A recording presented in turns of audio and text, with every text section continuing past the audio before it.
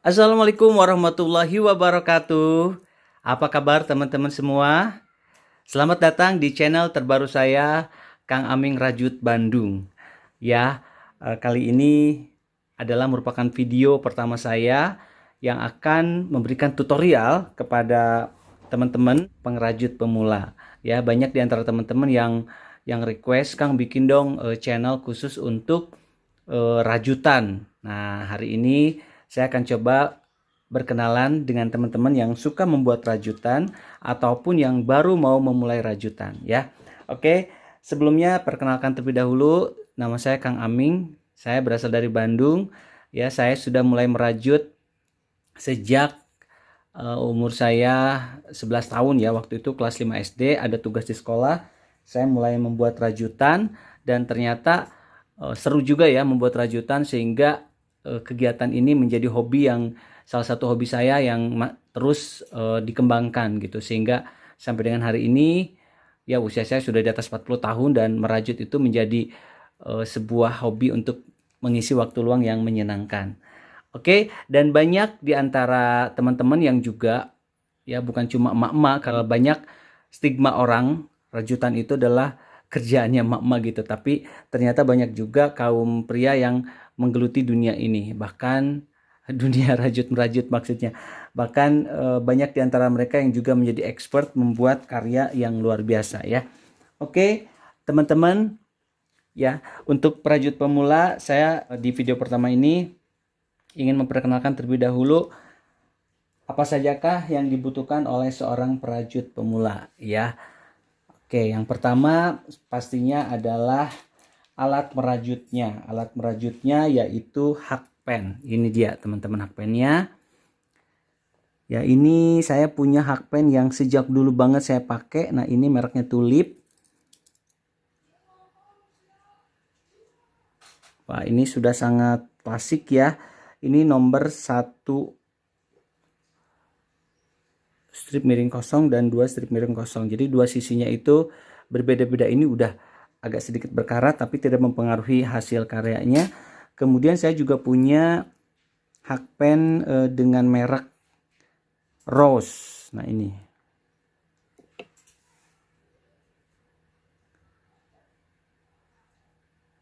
Nah, ya kan ukurannya juga sama, 1 atau 2. Ini ukuran ujung dari jarum ini menunjukkan benang yang akan dipakai berapa ply gitu tepatnya, sehingga tidak terlalu kebesaran dan juga tidak terlalu kecil. Dan ada juga ukuran 3, 4 ya, 3 strip kosong dan juga 4 strip kosong, ataupun 5. Ini semakin tinggi semakin besar ukurannya, berarti menunjukkan benang yang dipakai juga semakin besar. Ini juga berkaitan dengan karya yang akan kita buat ya teman-teman. Ada juga jenis hakpen yang lain, jadi namanya hakpen ataupun hakken ya. Kalau saya dari dulu dikasih taunya hakpen, ya sudah saya pakai nama hakpen. Nah, ini juga ada, saya punya beberapa yang seperti ini. Jadi ininya besi ya, apa ya, besi, kemudian gagangnya plastik. Nah, ini seperti ini. Saya punya. Ada juga yang besi gagangnya kemudian kayu, ada juga yang gagang hakpennya plastik, gagangnya plastik, hakpennya kayu, macam-macam ya teman-teman. Ini saya punya yang seperti ini sehingga enak dipakai untuk merajut dan tidak membuat tangan sakit. Ini yang plastik. Ukurannya kalau yang seperti ini biasanya dalam bentuk milimeter teman-teman. Jadi seperti ini contohnya, yang ini. Nah, ini 3 strip 0, strip miring 0 atau 2,5 mm. Jadi kalau yang hakpen tadi ini ukurannya 3, maka yang dicari kalau hakpennya berbentuk seperti ini 2,5 mm. Ada juga yang 3 mm dan seterusnya. Nah, ini yang baru kemarin saya beli. Ini sama ukurannya milimeter gitu. Ini mereknya Le Yuan ya, ini yang besar. Nah, ini warnanya lucu-lucu ya teman-teman. Nah, ini kemarin saya beli satu set dengan ukuran yang paling kecil 2,5 mm sampai dengan yang ukuran paling besar, yaitu yang berapa ya? Ini 5, ada 6 mm. Kalau tidak salah ada sampai 6 mm. Nah, ini berkaitan dengan benang yang akan kita pakai dan karya yang mau kita buat. Oke, itu tadi hakpennya ya teman-teman. Nah, teman-teman boleh pilih hakpen yang mana saja yang menurut teman-teman paling nyaman, yang gagangnya karet ataupun plastik ataupun yang besi seperti ini. Oke, selanjutnya apalagi nih alat-alat yang dipakai oleh perajut ya. Perajut pemula harus punya apa aja? Sebetulnya sih nggak harus ya, minimal ada jarum sama benang sudah cukup. Tapi saya hari ini mau tunjukkan apa sajakah yang biasa saya pakai untuk membuat rajutan. Sebelum ke benang, saya mau tunjukkan dulu ini peniti-peniti kecil seperti ini, namanya stitch mark ya, bukan stitch mark ya. Ini dipakai untuk menandai rajutan kita sudah sampai mana. Kemudian saya juga kadang-kadang butuh jarum seperti ini, jarum tapestry ya. Kalau dulu teman-teman mungkin suka bikin karya streaming ya, ini jarum tapestry yang besar seperti ini. Ini dipakai untuk mengakhiri karya kita ya. Untuk finishingnya menyembunyikan benang. Kemudian kadang-kadang saya juga pakai jarum seperti ini ya, bukan buat hijab tapi buat juga sama menandai. Kemudian meteran saya pakai juga untuk mengukur. Kalau saya bikin tas saya pakai meteran berapa senti, berapa inci gitu ya. Dan kadang-kadang saya juga butuh kancing-kancing seperti ini. Oh, ini kayak jualan ya. Jadi saya tunjukkan beberapa bukan koleksi, ini yang saya punya di rumah aja. Dan juga ada beads ya. Biji-biji seperti ini untuk aksesoris juga ya. Wah, banyak. Nah, kadang-kadang saya juga butuh semacam slating gitu ya. Ya kan? Wah, keluarin aja semua. Banyak. Jadi ini untuk perlengkapan kreasi saya merajut. Belum lagi aksesoris yang lain, seperti nanti kalau bikin tas saya kadang-kadang juga pakai cantelan seperti ini, kadang-kadang pakai aksesoris yang lain ya seperti ini. Kemudian gantung-gantung ini kalau saya keluarin semua satu toples ini isinya ini semua kait-kait mengait ya. Oke, itu kalau saya lagi membuat karya tas. Kemudian apalagi sih yang paling penting selain yang tadi itu ya. Yang paling penting adalah teman-teman ketika memutuskan benang dibutuhkan gunting dong. Ya kan? Kemudian kalau nggak gunting juga tergantung jenis benangnya, kita bisa pakai gretan ya, apa ini namanya? Korek seperti ini ya. Atau bisa juga gunting untuk memotong benang, tergantung dari jenis benangnya ya. Kalau benangnya yang brodol gitu, mungkin saya biasanya pakai yang seperti ini, korek ini, sehingga tidak berudul ujungnya. Oke, itu tadi alat-alat yang saya pakai untuk membuat karya rajutan. Oke, sekarang kita akan lanjut dengan memperkenalkan jenis-jenis benang yang bisa kita pakai untuk membuat rajutan ya teman-teman. Jadi benang untuk membuat rajutan itu sebetulnya benangnya apa aja boleh ya. Nanti tinggal disesuaikan saja hakpennya nomor berapa gitu kan. Hakpennya yang paling tepat untuk membuat rajutan yang teman-teman mau bikin itu dengan jenis benang yang teman-teman punya itu yang nomor berapa. Nah, ini saya punya beberapa jenis benang ya. Jadi benang itu yang mau dibuat rajutan itu banyak banget macamnya, tapi saya tidak punya semua jenis benang itu. Saya hanya memiliki beberapa jenis benang yang memang sedang saya buat karyanya. Nah, ini ya. Ini yang pertama ada benang katun. Ini saya punya benang katun yang sembur seperti ini. Jadi warnanya memang dia satu benang ini ada gradasi ya, ada 2 warna, kadang ada 3 warna gitu. Jadi benang ini bagus banget untuk bikin topi ya, untuk bikin sepatu bayi misalkan, ataupun untuk ya baju-baju lucu atau amigurumi seperti ini juga boleh. Ya. Ini benang katun. Harganya kisaran 12 ribuan mungkin ya, 12 ribu sampai 15 ribu. Dan warnanya juga bagus-bagus. Bahannya lembut dan enak. Untuk disentuh maksudnya ya, bukan untuk dimakan. Oke, kita ganti dengan jenis benang yang lain. Saya punya polycherry. Nah, ini benang yang terbuat dari polycherry, lembut banget benangnya. Ini saya lagi membuat tali, belum selesai ini ya, iseng-iseng aja. Polycherry warnanya cantik-cantik dan ini juga bahannya lembut. Biasanya saya pakai hakpen nomor 3 kalau yang ini. Nomor 2 juga boleh, nomor 3, nomor 4 biasanya. Ya. Kemudian ada juga jenis benang seperti ini. Ini nilon D18 kalau nggak salah. Kadang ada yang lebih kecil dari ini juga. Belinya ada yang seperti ini, digulung-gulung, nanti kita gulung sendiri. Ini bahannya lembut tapi agak licin ya, cocok untuk membuat tas, dompet dan sebagainya. Ini jadi lapar ya, lihat ini kayak kue tambang. Oke. Ada juga nilon yang berbentuk seperti ini teman-teman. Nah, ini sengaja saya belum lepas. Nah, ini mereknya kalau nggak salah kemarin Peniti, tapi dia nggak keluarin mereknya. Kemudian yang ini sih nggak ada merek Peniti ya, nggak tahu mereknya apa, Jarum Pentul apa ya.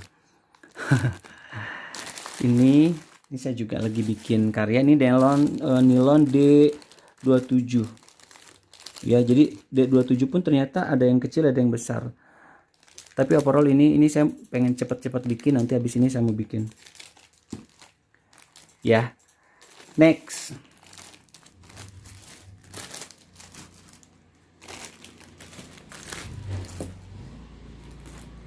ada benang yang seperti ini, putih-putih. Ini jenis benangnya sebetulnya lembut. Kalau orang bilang ini benang kasur, tapi ternyata ini benangnya bukan seperti benang kasur yang kasar itu. Ini lebih lembut lagi. Namanya apa ya? Pokoknya teman-teman pasti kalau nemu benang seperti ini, ya bilangnya sih belinya benang kasur, tapi kadang-kadang dapatnya benang yang bagus seperti ini. Ini saya masih ada sisa 2 lagi, bekas saya membuat karya apa ya waktu itu. Pokoknya ini sisa 2. Kemudian ada lagi benang yang seperti ini. Nah, ini namanya benang handuk. Jadi benang ini dipakai biasanya untuk membuat shawl ya, topi bayi, lucu ya. Nah, bisa dipakai buat di hakpen ataupun di kniting ya. Jadi saya nanti akan bikin tutorial banyakannya pakai hakpen, tidak pakai jarum kniting itu ya. Saya jadi mainnya di crochet. Biasanya sih di belakang benang ini ada ukuran berapa nih rekomendasinya untuk dipakai, seperti contohnya yang polycherry tadi. Ini ukuran jarum hakpennya 3 sampai 4 atau knitingnya 3,75 sampai 4,5 ya. Satu golong ini biasanya 100 gram. Kalau ini kemarin saya beli kalau nggak salah 50 gram atau berapa gram gitu. Kemudian ada jenis benang yang lain teman-teman yang juga bagus banget ya. Ini benang rami tapi dia lembut teksturnya. Ini saya beli di, ya sekalian deh saya promoin aja, nggak apa-apa, gratis. Basitian ya, ini lagi proyek juga membuat tas yang memang ini juga baru bikin alasnya dan saya belum coba-coba, pengen tahu aja kemarin pakai nomor berapa. Makin kecil sebetulnya dengan tekstur benang seperti ini boleh teman-teman, kalau saya ya biasanya pakai nomor 3, 4, 5, 6 boleh-boleh aja karena jenis tarikannya pada akhirnya akan berbeda. Ini kemarin saya pakai nomor 6 jadi hasilnya seperti ini. Kalau lebih kecil lagi dia akan lebih padat lagi hasilnya. Kemudian saya ada punya benang polyester ya, seperti ini benangnya. Ini juga mereknya macam-macam ya. Enggak, ini warnanya juga bagus-bagus dan kita kadang-kadang kalau beli itu kayak gelap mata gitu ya, beli semua warna. Bikinnya kapan-kapan aja. Polyester atau polyindo juga, ini juga kadang-kadang beda-beda teman-teman ukuran benangnya. Jadi ada yang ukurannya sebetulnya D27 ya, tapi dia ternyata teksturnya ada yang lebih besar, ada yang lebih kecil, dan juga ada yang polykilap, ada juga yang polydove. Ini beda-beda. Nanti teman-teman bisa cek di online shop yang ya biasanya saya beli di beberapa online shop ya, karena ternyata satu online shop itu pun juga berbeda-beda. Nah, nilon juga ada yang seperti ini. Nilon yang digulung seperti ini juga ada nilon. Ini berbentuk nilon. Nah, benang-benang seperti ini biasanya saya pakai untuk membuat tas gitu ya, ataupun topi ataupun dompet juga bisa. Nah, ini ada lagi jenis benang yang berbeda juga. Lebih bagus ini filamen ya. Jadi dia teksturnya ini seperti nilon juga atau polyester atau nilon. Jadi bentuknya kayaknya empuk banget ini, jadi dibikin tuh bagus. Kemudian ada juga yang tadi yang saya bilang filamen itu dia bentuknya lebih lembut lagi ya, lebih lembut lagi, sehingga kalau dibikin itu waduh seperti ini. Benangnya ini saking lembutnya, gulungannya sampai merecah-recah seperti ini ya. Oke, apalagi nih, saya punya benang yang lebih besar juga sebetulnya teman-teman, karena kita sedang bicara tentang jenis-jenis benang, jadi ya saya keluarin aja sisa-sisa benang yang saya punya, karena proyeknya juga masih banyak banget yang belum selesai, dan nanti insya Allah proyek-proyek itu akan dibuatkan tutorialnya ya teman-teman. Nih ada benang yang seperti ini juga, kayak makrem gitu, dia kecil teksturnya. Kemudian ada benang yang seperti ini berkilo-berkilo glitter, lucu ya, bagus ya. Jadi ada berbentuk benang handuk, ada yang berbentuk benang bludru. Nah ini yang berbentuk benang bludru seperti ini. Ini juga saya sisa dari yang proyek sebelumnya. Teman-teman kalau pegang ini lembut banget. Kemudian ada juga yang lebih besar lagi, yang saya nggak bisa tunjukkan karena benangnya ada di tempat yang lain, tapi dia itu benangnya besar banget, sehingga saya pakai nomor 10. Saya pakai nomor 10 untuk jenis benang tersebut. Ini lucu-lucu ya. Dengan sisa-sisa benang seperti ini, kita yang biasa merajut itu akan bisa membuat karya-karya yang menarik ya.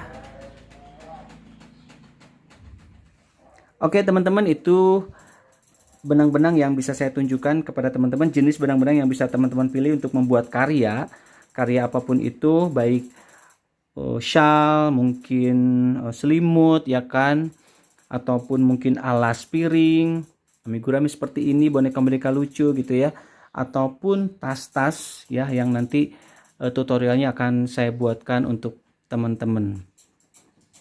Oke, itu aja dulu teman-teman yang bisa saya informasikan di video pertama saya kali ini. Mudah-mudahan teman-teman ada semangat untuk membuat rajutan ya, menjadi pemula, dan pastinya nggak sabar dong untuk melihat bagaimana sih caranya membuat rajutan untuk pemula. Nanti akan saya tunjukkan bagaimana cara membuat konektor ya kan, bagaimana cara membuat masker, bagaimana cara membuat tas, dompet, dan sebagainya ya. Oke, terima kasih, sampai ketemu lagi di video berikutnya. Jangan lupa subscribe, di like, di komentari. Silahkan teman-teman kalau mau request mau bikin apa, nanti saya coba buatkan ya. Dan juga di share ke teman-teman yang lain yang barangkali butuh informasi tentang bagaimana cara membuat rajutan untuk pemula. Terima kasih. Wassalamualaikum warahmatullahi wabarakatuh.